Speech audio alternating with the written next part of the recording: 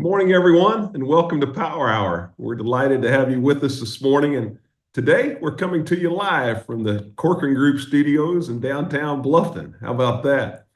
Well, we're coming off a phenomenal few weeks, and what an incredible time with the RBC Heritage. And Hilton Head Island was in the spotlight all over the world. The weather was fantastic. Sunday, what more can you say about Sunday in the final round? Yeah, again, incredible. And we even got some extra airtime on CBS and around the world. Big shout out to Steve Wilmot, Heritage Classic Foundation, all the volunteers, and really all of those on Hilton Head Island in Bluffton that made the week just an incredible, incredible week. Speaking of big weeks, we have two big weeks coming up ahead of us, a Small Business Week and National Travel and Tourism Week. Both of those happening May 4th through the 10th, and you won't want to miss the activities, planning seminars that we had, and be a part of those. We'll also be having our Bluffton Block Party. You want to sign up for that. Some of those are already selling out, so please sign up for those. There's a link in our chat box to register for more info, including the AI for Business workshops happening both in Bluffton and on Hilton Head Island. And then, as always, today we'll be taking your questions via chat box. So I'd encourage you to not to be shy this morning. And most of you aren't shy when it comes to asking questions on Power Hour, and we certainly appreciate that. Let's dive right in. We're thrilled this morning to kick off with Dr. Joy Von Nessen, the senior economist at USC's Darla Moore School of Business, a familiar face of us and one of the most trusted voices in South Carolina. Dr. Von Nessen is going to help us make sense of what's happening on Wall Street, what the latest tariff talk in Washington could mean for our local businesses, and how to cut through the noise when it comes to those economic headlines. He's not just tracking the numbers, he's great at helping us connect the dots and what it means for us here at the local level. Great to have you back with us, Dr. Von Nessen. We appreciate it, and we look forward to your update once again today. Thanks for joining us. Thank you, Bill, and good morning to everyone. I'm going to share my screen real quick here, so hopefully everybody can see that. And I first want to just say thank you for inviting me to participate with you all this morning. It's always a pleasure to be with you. I know we have a lot of information and a full agenda today, so we'll just jump right in and looking at South Carolina's economic outlook. Some things, of course, have changed since we last got together back in January. So we want to do essentially an update as to what has changed in the first quarter and how that influences our outlook for the rest of this year. And of course, the biggest change, as we all know, is that we've seen an increase in uncertainty. That's really the emerging theme for 2025, both in South Carolina and across the U.S., largely due to the back and forth on trade and tariff policy. So one helpful way to look at the outlook is to really start by getting our arms around this theme of uncertainty and what that implies about how we can think about the future. And the way to do this is to step back and look at our economic outlook from three different perspectives. And we did this previously in January, and I still think this is a good way to break down the economy in different segments, because it gives us some insight into how we can think about how different aspects of our economy are currently performing. So we can look at three methods of evaluation: economic perception, economic performance, and economic expectations. So we can go through each one of those individually, and then we'll talk about what that means when we put all three together in terms of our overall outlook. So in terms of economic perception, how do people feel about the economy as we approach the end of April of 2025? And as many of you know, the short answer to that question is not good. And we can see that by a number of different measures. Here, this is the easiest way to assess overall confidence, looking at the Consumer Confidence Index itself. And you can see that consumer confidence has decreased in 2025 during the first several months, during the first quarter. But it's also true that consumer confidence has been low for the last several years. So even though it has gone down in 2025, it's important to recognize that it's not unique to 2025, this lack of consumer confidence. It goes all the way back to 2020. And the reason is because of inflation. because prices have been rising faster than wages, going all the way back to 2020. And that has generated this loss in confidence. People really dislike inflation. And the most straightforward way to see this is to note that the biggest drop in consumer confidence since 2020 didn't take place in 2020 itself, despite the fact that we saw a broad-based shutdown of the economy. It didn't take place in 2025 with the back and forth on trade policy. It took place between 2021 and 2022. And that's because that was the period of time we saw the biggest increase in inflation. So it just shows you how much consumers in general dislike inflation because it erodes purchasing power. And consumers are still trying to claw back the lost purchasing power due to a period of time where prices were rising faster than wages. Now, does that translate into economic performance, the fact that consumer confidence has been so low? And the answer is no, not at least through the first quarter of 2025. So we can still grade the economy at a level of B plus, meaning that by most economic metrics, again, through the end of the first quarter, we've continued to see a fairly stable economy in South Carolina and to a lesser extent at the US level.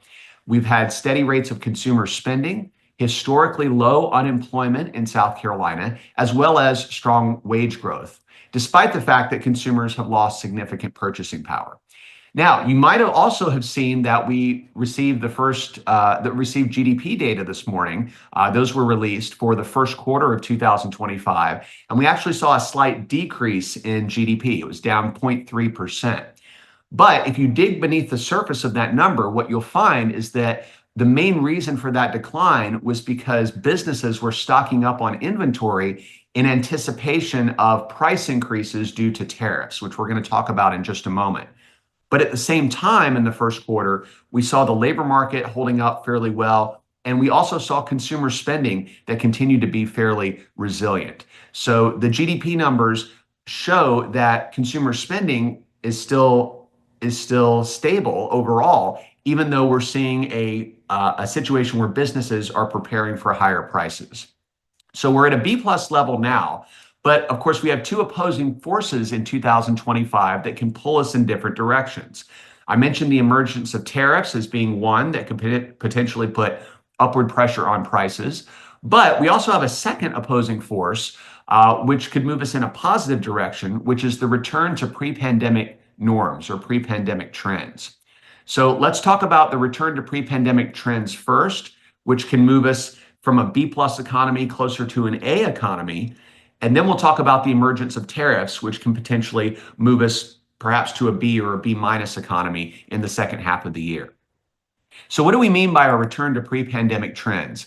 Well, essentially, we have been in a period where we've been going through red hot demand and a pandemic bubble over the last several years. Recall back in 2020 and in 2021, we saw a rapid recovery from the COVID recession and $6 trillion in stimulus that were injected into the US economy. And that put consumers and households in very good financial shape. And they spent those dollars, but primarily in the goods market because we were all socially distanced. And so as you can see here, we saw a goods bubble form that peaked in 2021 and has been deflating ever since. And the good news is that in 2024, that goods bubble finally fully deflated back to pre-pandemic levels, which means that in the goods sector, we can begin to see more sustainable rates of growth in 2025. And this is going to affect markets in South Carolina like housing and manufacturing. And housing, for example, has seen some months of positive growth in the first quarter of 2025 after seeing a consistent contraction period where they were going through more than a year where they saw negative rates of sales growth.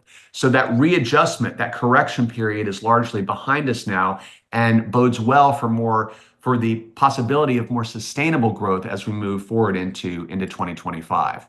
We can also see this readjustment in the labor market. It's not just about the goods bubble and that red hot demand isolated there. We see it more generally. And you can see here, employment growth for the US has been slowing since early 2023. Again, unsustainably high levels of employment growth that has been tapering off. And this represents the number of monthly job gains at the US level. And the black lines there are the sweet spot, right? So we'd like to see between 100,000 and 200,000 jobs per month created in the US. And that those two black lines there represent that sweet spot between 100 and 200. And you'll notice as the labor market has been cooling over the last couple of years, I denoted the summer of 2024 here because there's a big blank spot, right? Because we had 3 consecutive months where job growth was below where we would like it to be. And if you recall, in September of 2024, the Federal Reserve began to lower interest rates. So you can see very clearly the type of data that the Fed is using to inform interest rate policy, and they help to stabilize this labor market, which has been fairly stable ever since going into or through the first quarter of 2025. We see a similar picture if we look at South Carolina, the same slowdown during the summer. In this case, our sweet spot is between 2,000 and 4,000 jobs created per month, but the same overall trend that we're seeing. And then we can also look at tariff activity. So this is the other side of the coin, and we'll wrap up with looking at the influence of tariffs. So again, the good news being for 2025 that we're in a period of the potential for more sustainable growth, moving away from that pandemic era bubble. But we do see the emergence of tariffs, and the short run impact of tariffs is that they can put upward pressure on prices. And we have to remember that tariffs at the end of the day are just a tax on imported goods, or we can think about them as a tax on imported goods. And so they have the potential to raise prices, and that can make it harder for consumers to continue spending at their current levels, particularly given that they have lost purchasing power over the last several years already. And the easiest way to see this is to just do a direct comparison between growth in wages and growth in prices. So you can see here the cumulative effect of inflation has been higher than the cumulative effect of wage growth since 2020. And if we project out into the future, if we continue to see inflation at its current rate of 2.4%, consumers will recover all their purchasing power by 2027. But if inflation increases at all, let's say to 3.0%, then it would be closer to 2029. So this is not a forecast. This is just to illustrate the point that small changes in inflation can have significant impacts on how quickly consumers can claw back their lost purchasing power. And that is important because if consumers don't claw their purchasing power back, if they continue to see rising prices, they could cut back on spending, and that could further slow economic activity. But we don't know the extent to which prices will rise. That's a real wild card for this year. And the Fed doesn't know either. And they're very clear that they're in no hurry to act with respect to lowering interest rates this year. As you see here, Chair Powell recently said, for the time being, we're well positioned to wait for greater clarity. So they're in a position of looking at how tariffs could impact inflation. We're anticipating that we'll see some uptick in price levels as we move into the summer months, but we don't know the extent to which that is going to happen yet. So we'll be monitoring that very closely. So wrapping up, where are we today? At the end of April, the US and South Carolina economies have remained stable through the first quarter, having readjusted to more sustainable growth patterns. Again, getting back to that pandemic bubble that we've been coming out of over the last several years. But there is a significant chance that we'll see inflation rebound as we move into the summer months. So that makes inflation the biggest single threat for our economic outlook this year. Because again, if we see prices rise, given the fact that consumers have already lost a significant amount of purchasing power over the last several years, that could lead them to pull back on their spending activity, and that could slow the economy in the second half of the year. And we do anticipate that regardless of whether we go into a recession this year, that we will see slower growth in 2025 compared to 2024. And again, the data that we've seen coming in this morning on the GDP for first quarter GDP echoes that and provides some evidence that we're beginning to see a bit of a slowdown. But I think it's important to recognize too that even with more mild growth in 2025 projected, South Carolina still remains well positioned for strong growth in the coming years. We have enormous competitive advantages throughout the state in terms of our industry composition, in terms of our population growth. So we're very bullish about the long run outlook over the next 3 to 5 years, even if we see a tapering or slowdown in growth in 2025. So with that, I will stop and turn it back over to Bill and be happy to answer any questions. All right, Dr. Von Essen, thank you. Thank you very much. And it probably comes as no surprise. We have lots of questions for you this morning coming in from our listeners. And the first one hits close to home here and is dealing with real estate. And Peter's asking if you can talk a little bit about the economic impact on real estate. Yes, that's a great question. And so far through the first quarter, when we look at how the housing market has held up in 2025, we've seen fairly flat growth, fairly weak growth overall, positive growth, either slightly positive or slightly negative, depending on the market. In general, in the coastal areas of South Carolina, growth has still been positive in terms of sales and in terms of price appreciation, but just very, very mild growth overall. And the reason for that is that, and in some markets, we've seen some pullback, some negative growth in sales and in declining prices.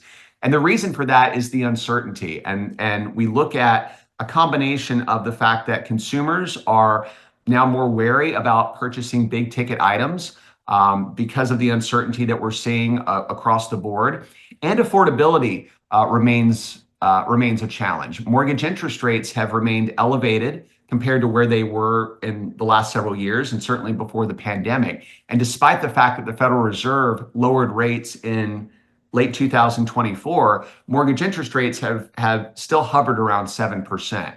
And because many existing homeowners currently have low mortgage interest rates on their existing mortgages, it's not very attractive for them to want to move if they don't have to. In other words, if they're currently have a rate of, let's say, 3 to 4%, moving to a rate of between 6 and 7% may not be something that they want to do. So we're still seeing elevated mortgage interest rates, and that combined with the uncertainty has led to weaker growth in the early part of 2025. I think that's likely to continue as we move into the summer months, and especially in the short run, when you're looking at the potential of a slowdown or a recession, then people tend to move away from stocks and into more safe investments, or what are perceived as safe investments, and gold typically tends to be one of those. So that's the type of relationship that we see. But I think from an investment standpoint, certainly it's important to think about the long run as well. And so I often like to use an analogy of the economy and the stock market in general. We have a better sense of where the economy is going in the short run than we do in the long run, right? It's very hard to predict where the economy is going to be 10 years from now. And in a real sense, the stock market is exactly the opposite. In 10 years or over time, we are going to see the American economy continue to expand and grow, and the stock market is going to increase over time. But what is it going to do in the next month or two is extremely hard to predict. And what you see is that in times of uncertainty, when there is concern about short-term stock market performance, you tend to see people move away to more safe investments, including in gold. And that's what we're seeing right now. Joey, I think you're seeing our questions that are coming in, because that kind of goes right into our next question that's coming from Grace. And Grace was saying, I'm nervous about my stock portfolio. Historically, what are the odds of it retaining its value? Yes, and that's a great question. And I know certainly people, especially that are getting closer to retirement within a few years, are more concerned there. And the short answer is that you really do have to look at your portfolio and the stock market from a long-term horizon rather than a short-term horizon. And that's because we do see the stock market grow over time. That's been a consistent pattern throughout the 20th century and the 21st century. So the fact that we have seen some pullback this year is normal, is what we see periodically, the ebbs and flows of the stock market, again, for different reasons. But in general, we are going to see the American economy continue to grow over time, and so these losses that have taken place will recover. So that we can be very confident in. The question is how long it takes, of course, and that's the big uncertainty. So I think it's just important to put that in perspective and recognize that yes, we are seeing these short run fluctuations. We will see the stock market recover, but again, it's really hard to put a time frame on that. I will say, however, that if we look at what the Trump administration is doing, part of their goal here is to create better trade deals with our partners around the world. And to the extent that they're able to accomplish that in the coming months, that could restore some confidence in markets and restore business confidence. And so we could see a recovery in the market fairly quickly. Again, we don't know when that's going to happen, but that's part of the process as well. So we just have to keep our eye on how things are evolving on the trade front, because that is really what's influencing most of the stock market volatility right now. All right. Thank you for your answer on that. Next was coming from Tom. And Tom is asking, we have a tourism economy. How do you think the uncertainty will impact consumer confidence to travel? Great question. So we're already seeing an impact there. And I didn't have a chance to show you this graph this morning, but we have seen a pullback. It's still positive growth, but a pullback in growth in leisure and hospitality during the first quarter in South Carolina. Leisure and hospitality mainly referring to hotels and to restaurant spending. Still positive, like I said, but lower than the state average and some pullback, so weaker growth in the first quarter. And so we're seeing the effects of the uncertainty already playing out. And again, the question is, will that continue into the summer months? I think the consumers certainly remain wary and so consumer spending is being affected. We already see that in the leisure and hospitality sector. And again, we'll see if that continues or if this is more of a short-term blip on the radar. All right. Next was coming from Amelia. And Amelia is saying that tariffs seem pretty confusing for consumers with big numbers like 125%. What is the motivation in DC, and how will it have a positive impact, and when? So great question. So I can't speak too much in the weeds on the politics, but one of the goals of the tariffs is to use them as a negotiating strategy for making better trade deals with our partners around the world. And so from that perspective, many of these tariffs are likely to be temporary, at least to the extreme level that we have seen so far.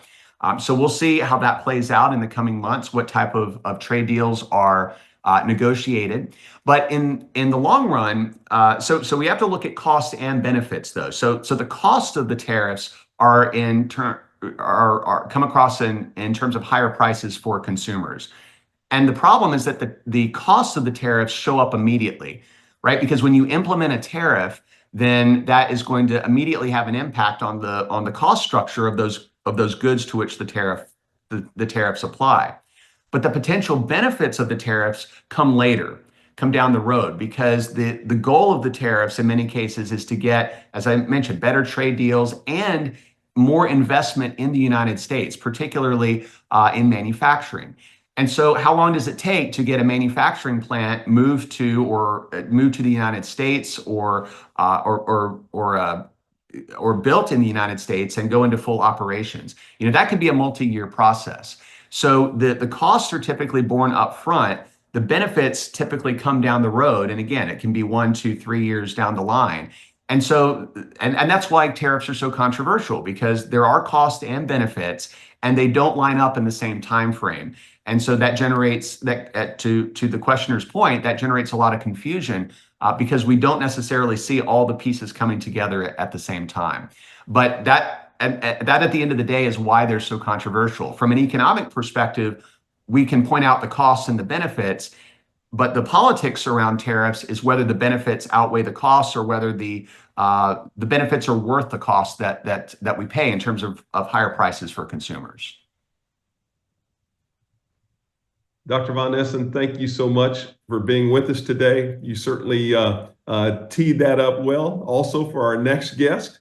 And I don't think there's anybody out there that does it better and explains it so that we can all understand it. And thanks for what you do and being on with us again today, Dr. Von Essen. Thank you, Bill, and thanks to everyone. My pleasure. All right. We're going to transition now and take a look more at the national perspective. And we're honored and delighted to have with us the senior senator from the great state of South Carolina. Senator Lindsey Graham is with us this morning. And Lindsey will be speaking to us about what he's seeing in Washington, D.C., what's going on around the country. We'll talk a little bit about some of the several key Senate committees that he sits on, being Appropriations, Judiciary, Budget, Environment, and Public Works. And Senator, we're glad to have you, and thanks for being with us.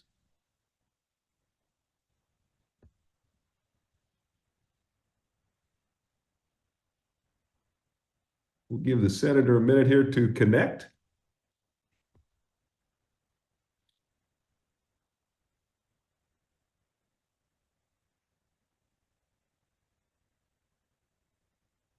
And while the senator is connecting, also in the chat box, you can have questions for him, as well as future speakers that you would like for us to have on Power Hour. And so please let us know that, whether it's in the chat box today or whether an email to us at the Chamber of Commerce. Senator, we're glad to have you. Welcome. We've introduced you, and we look forward to you talking with us today about what you're seeing in Washington, around the country, and also what to expect here in South Carolina.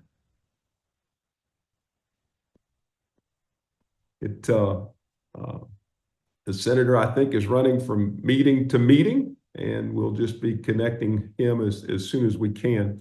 And I'll just remind everyone while we're waiting on that connection to remember Small Business Week and National Tourism Week, May 5 through 9 coming up. We have all the links on our website for you to sign up for AI seminars, strategic planning, Bluffton block party, pork in the parking lot, all those fun things that we do to celebrate you, to celebrate Small Business Week, and also to celebrate the wonderful tourism community that we have here.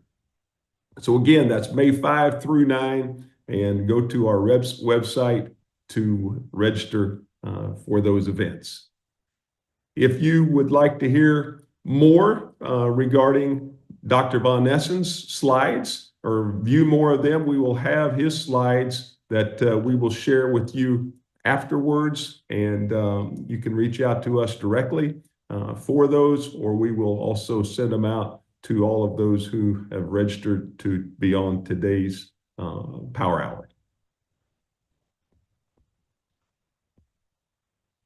As we continue to wait for the connection with the senator, also I'll tell you that we'll be hearing from Lynn King following Senator Graham. Lynn is certainly no stranger to the Lowcountry, a great friend to our leadership program that the Chamber has been proud to sponsor for decades, and very, very proud of the leaders that it has produced throughout the years. Those leaders have gone on to do great things, whether it be locally, statewide, nationally, and also the volunteerism, the giving back to the nonprofits that many of those graduates from the Leadership Hilton Head Bluffton program have been participating in.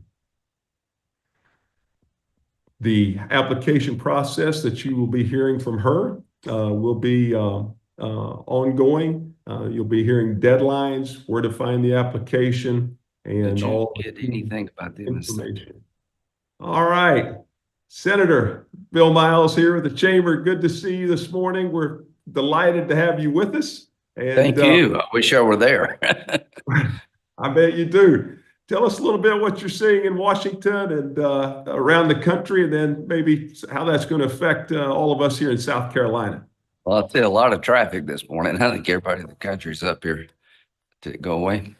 Am I on? Can You're you on. hear me? Yes, Okay, sir. good. We got you loud and clear. All right. Well, good morning, everybody. So there are 2020 2025 can be one of the most important years in the history of the country, maybe since 1945. So from a chamber point of view, it's really important that the 2017 tax cuts bill are made permanent. Now, I'm the budget chairman, and I've been on the budget committee for like 10 years. I think I went to one meeting, all of a sudden I'm chairman, but I've really enjoyed it. I've learned a lot.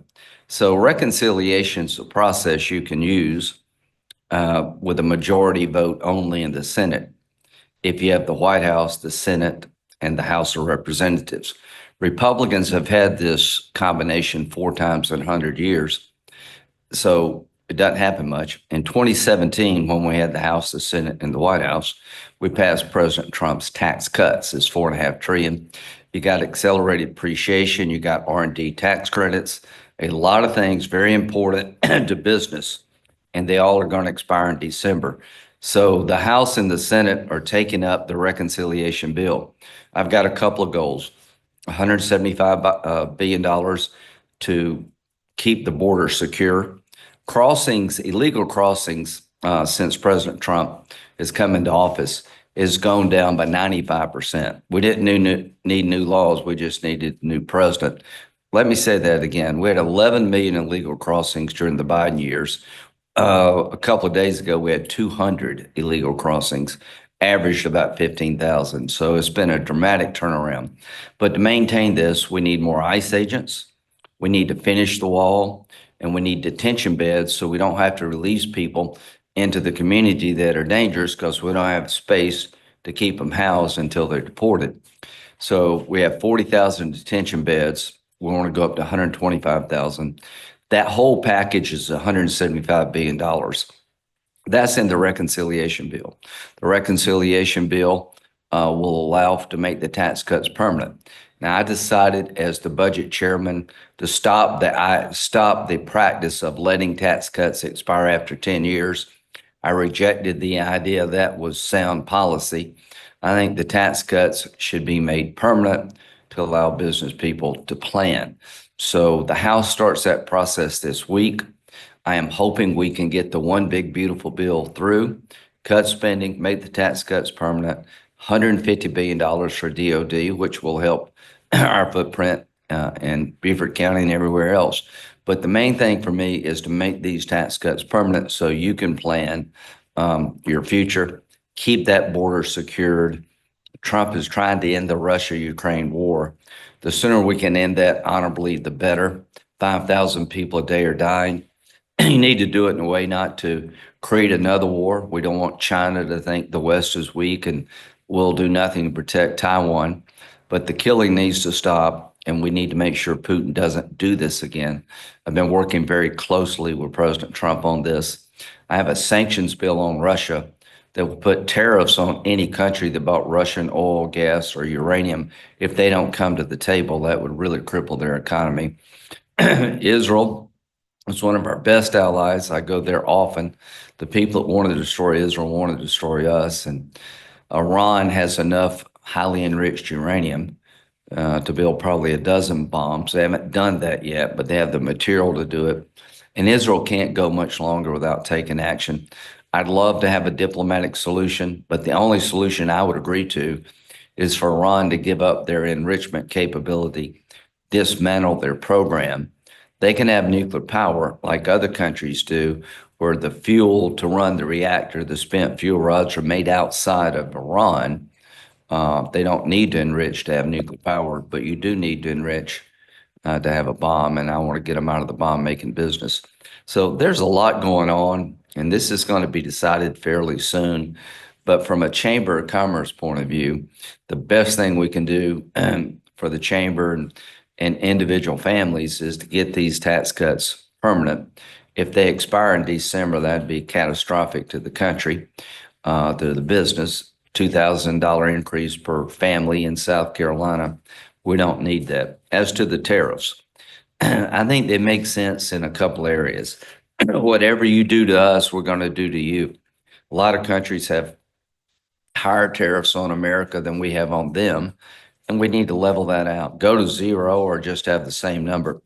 A car made in Greenville, South Carolina, the BMW made in Greenville, if we sell it to Europe, it's at 10% tax by the EU.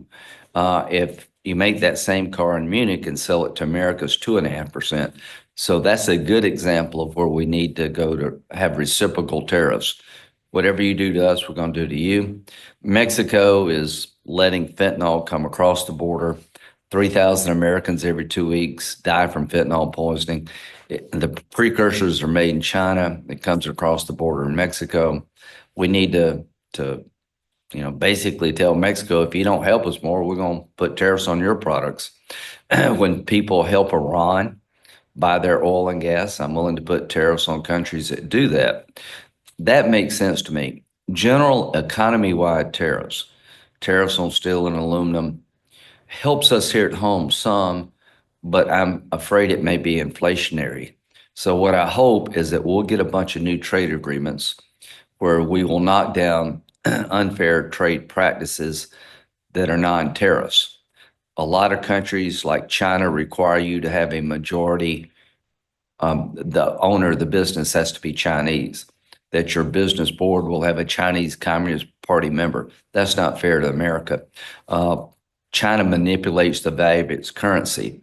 With the dollar going down, the yuan should go up, but the yuan is at the same level as the dollar because the Communist Chinese Party suppressed the value of the yuan, making their products cheaper. And Argentina, they won't let Americans sell beef to Argentina because of the GMO excuse. It's not a problem. The way we grow beef is sound and healthy. We all eat beef. So Argentina is excluding American beef, not by tariffs, but by trade practice that I think is unfair.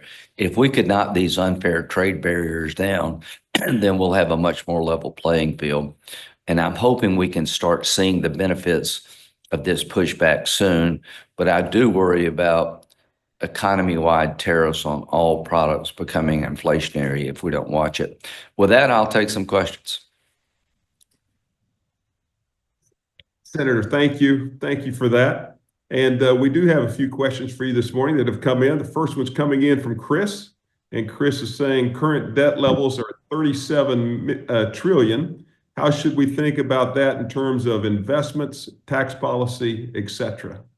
Well, you worry that the debt to GDP ratio will get so large it will undermine. You'll start having a hard time selling treasury notes to finance our debt. Right now, that hasn't happened, but I worry about that. Part of reconciliation is to reduce spending by 1.5 trillion over a decade. We're expected to collect about $5.5 trillion in taxes this year. We're spending about 7.2 trillion. Well, if we could cut spending over a decade, and I'm the budget chairman, the next budget I'm going to produce will be about 6.5 trillion. Now, why is that? If you look at what we were spending on the federal government before COVID, is about 4.4 trillion. Well, COVID's behind us now. All that spending is behind us. So I want to take 4.4 trillion, adjust it for inflation and population growth, and that would give you about 6.5 trillion. We're spending about $700 to $800 billion a year that was generated by COVID that's no longer necessary. So my goal is to have the lines cross one day. As the revenue goes up, because we make the tax cuts permanent, they will. When you cut taxes, you get more revenue, not less. And if we could begin over time to bend the spending curve, then we could actually balance the budget. That doesn't wipe out the deficit, but it's a damn good start on breaking this cycle. So part of reconciliation is to have the tax cuts become permanent to increase revenue. But for the first time really ever, DOGE has been great to go through the federal budget and reduce spending. If we don't do those two things, we become grease over time, and that's not good. All right, next question is coming from Grace. And Grace is asking, what's one issue not getting enough attention that you think we ought to be paying more attention to here at home? Iran. It's not good for a religious theocracy who openly calls for the destruction of Israel to have this much highly enriched uranium that can make bombs. We don't pay enough attention to that. If Iran gets a nuclear weapon, I think the Ayatollah would use it. He's a religious fanatic. He openly calls for purifying Islam, destroying Israel. You don't want that guy and his thugs to have a bomb. And the Arabs are not going to let the Iranians have a bomb without some response. And you could have a nuclear arms race in the Mideast. Now, what does that mean for the world? Absolute chaos. So I stand with Israel proudly, and I want to try to find a peaceful solution to the Iranian nuclear problem. But if Israel has to use military force, then I want to help them. Thank you for that. Next question is coming in from Ray. And Ray's asking, when do you feel like the Ukraine-Russian war will come to an end? And will Russia make any concessions in the peace plan? Well, they'll have to make concessions in the peace plan or we won't have one, but that's a good question. I think sooner rather than later. The sanctions that I've introduced with Senator Blumenthal, a Democrat, we'll have 67 co-sponsors by the end of the week. Do you know how hard it is to get 2/3 of the Senate to agree on anything? I'm really proud of the effort here. These sanctions are bone crushing. What do they do? If Russia walks away and continues to try to resist efforts to have peace, then what I think we need to do is cripple their economy even further. And how do you do that? Instead of putting sanctions on Russian businesses, which is hard to implement, let's put tariffs on countries that buy Russian gas, oil, uranium, and other products. Having to choose between the American economy and Russia, that will really isolate them. The concessions I expect to be made by Russia is that we're going to have European troops in Ukraine acting as tripwires and monitors for any peace deal we do. We're going to make it clear that we're going to continue to help the Ukrainian military, not dismantle it, and be very clear to Putin what happens if there's another invasion. There'll be land swaps. You know, you're not going to get every Russian out of Ukraine, but Russia is not going to take Kyiv. But in 2014, when we did the last peace deal, we failed to do three things: help Ukraine's military, tell Putin what happens if you invade again, and we didn't do anything to build Ukrainians' economy up. So I want to do the critical minerals deal between Ukraine and the United States. They have trillions of dollars worth of critical minerals necessary for the AI economy. And they're ready to do a deal with us. That could be a huge benefit to our economy, give us an investment in Ukraine we don't have today, something worth defending. And so, yes, I expect if there's a peace deal, there'll be some land swaps, but there'll be some understandings. This time we didn't have last time. NATO admission by Ukraine will be off the table. But if they ever invade again, then Ukraine goes into NATO as a form of deterrence. Senator, we have two more questions for you if you have time for them. I do. Okay, great. Thank you very much. Next one is coming in from Debbie. And Debbie's saying that you've always had a strong stance on China. With everything happening on the trade and tech front, what's your take on where that relationship is going and what's at stake for us? Well, lots at stake for us. China cheats. They steal our intellectual property. I'm glad Trump's pushing back. We should have done this years ago. So Taiwan, about 80% of the chips that go into the digital economy come out of Taiwan. It's in our interest for Taiwan to remain free and aligned with us. So I'm going to, put sanctions together that would tell China what would happen to their economy if they invaded Taiwan, called pre-invasion sanctions. I'm hoping we can level out the tariff disparity, but the main thing I'm hoping for is that the trade barriers that China creates to have an advantage in the trading world will fall, like currency manipulation, requiring a Chinese board member of any company you open in China, which gives you a disadvantage. They'll steal your stuff. So I appreciate President Trump standing up to China. All right. Senator, the next question is coming from Ron. And reporting on shipments into U.S. ports is that they are reduced by 20%. What do you see for the balance of the rest of the year? Well, until we start getting trade agreements, there'll be some pain associated with this. But there are a lot of countries that really do want to do trade agreements with us that would be beneficial to us. And let's get going with it. BMW makes more cars for BMW in Greenville than any plant BMW has, including Germany. And they're shipped out of the Port of Charleston. I'm hoping we will come up with an export credit. If a company does business in America, they make a product that's sold overseas, $10 billion worth of exports come out of Greenville, that they will get some relief on the tariffs. But we need to build more ships because most of the ships on the oceans today are made by China and other countries. So it's going to take a while to level this out. I don't like the idea of permanent tariffs economy-wide, but you're going to need that to get people's attention. From the chamber's point of view, trade is so important. The Port of Charleston is a godsend, and we're trying to do the Jasper Port. We're trying to make sure that we're an export economy, but also that we have access to other people's markets. So what I would ask for is some patience here. What President Trump is doing is to level the field. It should have been a long time ago.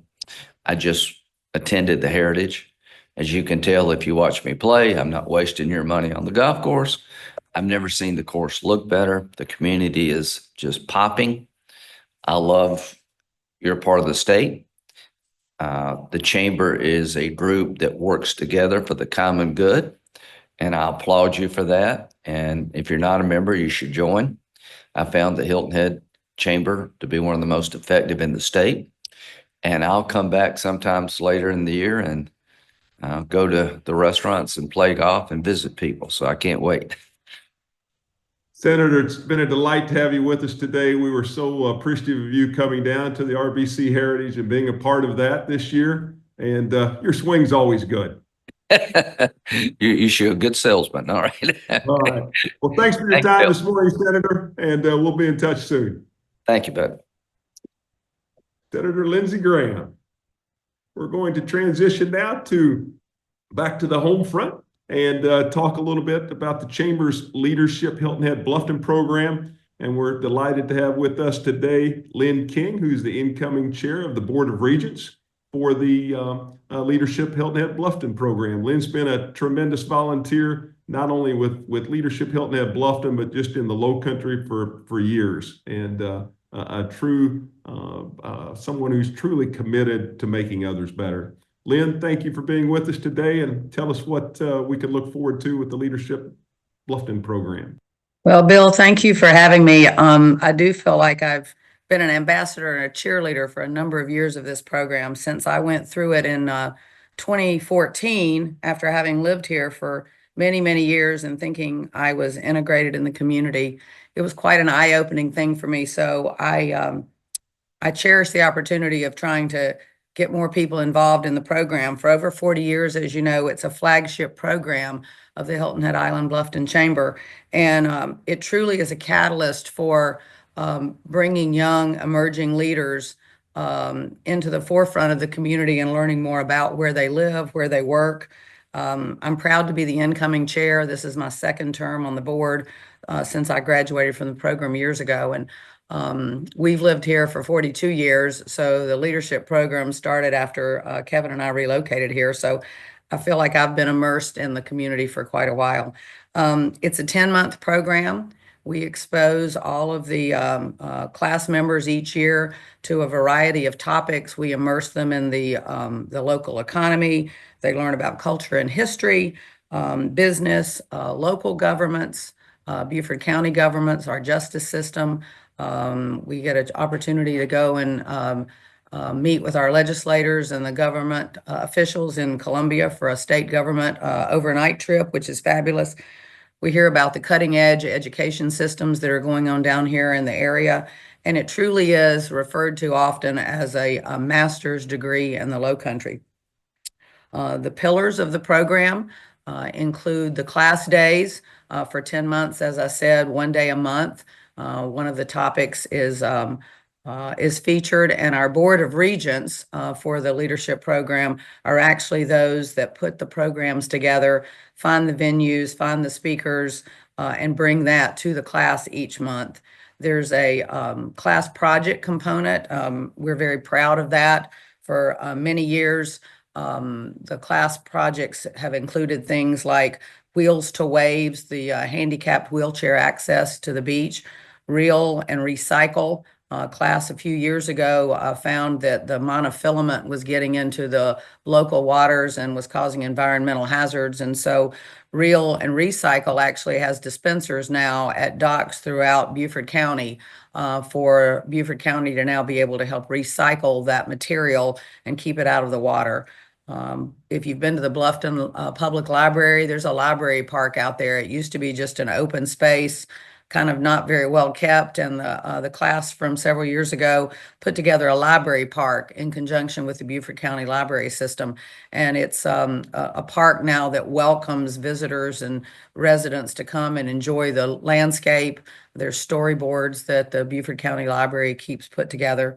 Anything that does improve the life and the quality of life of the residents in the community is where the class projects focus. The class members each year do their own class project. The Board of Regents simply guides them and keeps them in the parameters. We're proud to be a part of the Hilton Head Island Bluffton Chamber, so we want everything that our program does to reflect well on our program as well as the chamber and the community. The program is open to professionals that live and or work in Beaufort County. We look for people that have been here for at least a year. That gives you a chance to have been a little bit more immersed in the community and know a little bit more about what you're going to experience. Since 1985, we have over 700 people have graduated from the program, and many of which still live and work in this area. So the Leadership Alumni Association is the next step for all of these leadership graduates to stay involved with their class members, fellow alums that have been through the program before them. And the Leadership Alumni Program gives us an opportunity to continue to give back to the community. You mentioned volunteerism a little earlier in the promo, and one of the other pillars of the program is class members are required as part of the program to participate in civic service volunteerism. We call it community enrichment activities, CEAs, but it really is volunteer efforts for us to get those class members immersed in the community, learn more about our nonprofits, find a passion they may have, so that when they finish this program, many of us have rolled into board positions, volunteer positions. We're ambassadors for those programs in the community, and I truly think that's what keeps us all being good citizens and helping improve the quality of life for everybody that lives and works here.